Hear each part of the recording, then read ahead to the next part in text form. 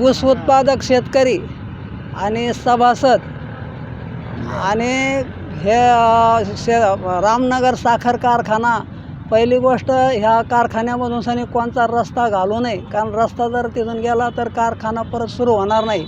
आणि दुसरी गोष्ट, कारखाना हा लवकरात लवकर सुरू करावा आणि शेतकऱ्यांना आणि मजुरांना ऊस उत्पादक शेतकऱ्यांना दिलासा मिळावा, याच्यासाठी मी आणि आमचे सहकारी उपोषण आणि आंदोलन करीत आहोत.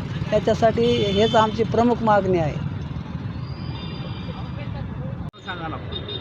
जालना सहकारी साखर कारखान्याचे स्थापनेनंतर हा कारखाना ते म्हणजे कुठे कर्ज नसलेला कारखाना म्हणून महाराष्ट्रात अनेक त्यांनी उत्पादन करण्याचे जे उच्चांक मोडले, अनेक पारितोषिके मिळवली केंद्र शासनाची.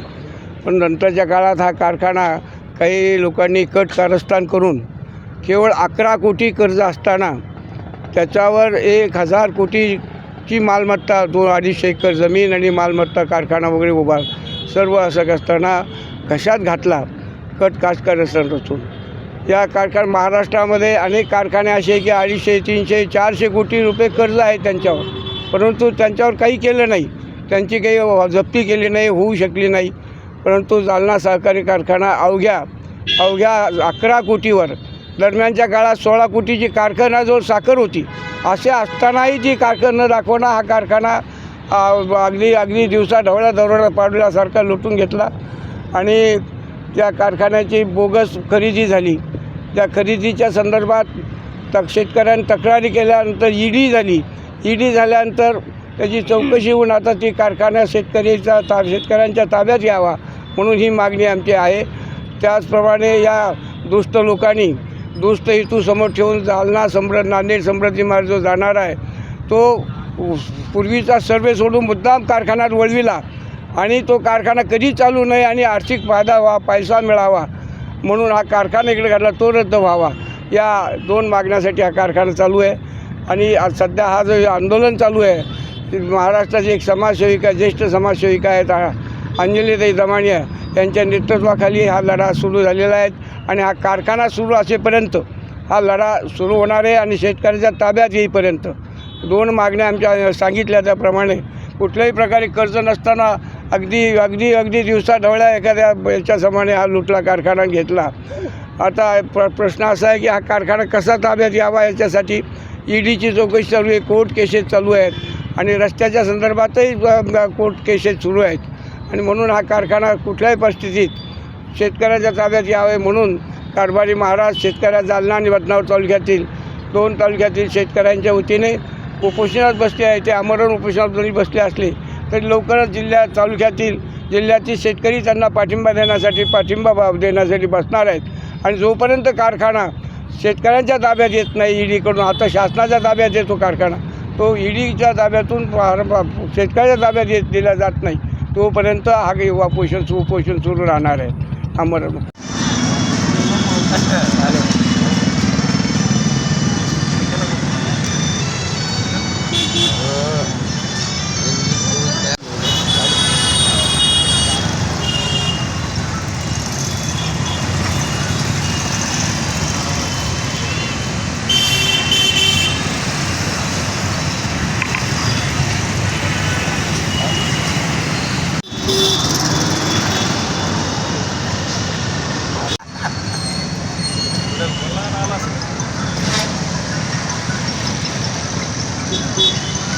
रामनगर सहकार कारखान्यातून जाणारा रस्ता रद्द झालाच पाहिजे. शेतकरी कामगार एकजुटीचा विजय असो. शेतकरी कामगार एकजुटीचा विजय असो.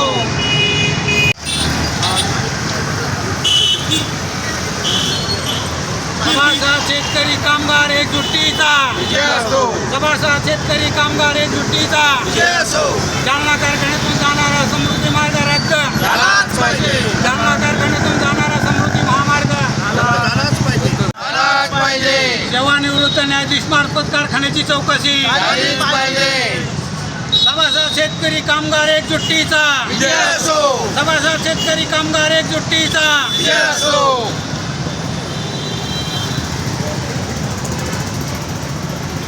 झालाच पाहिजे. सहकारी साखर कारखाना चालू झालाच पाहिजे कोण म्हणतो होत नाही शेतकरी एकजुटीचा शेतकरी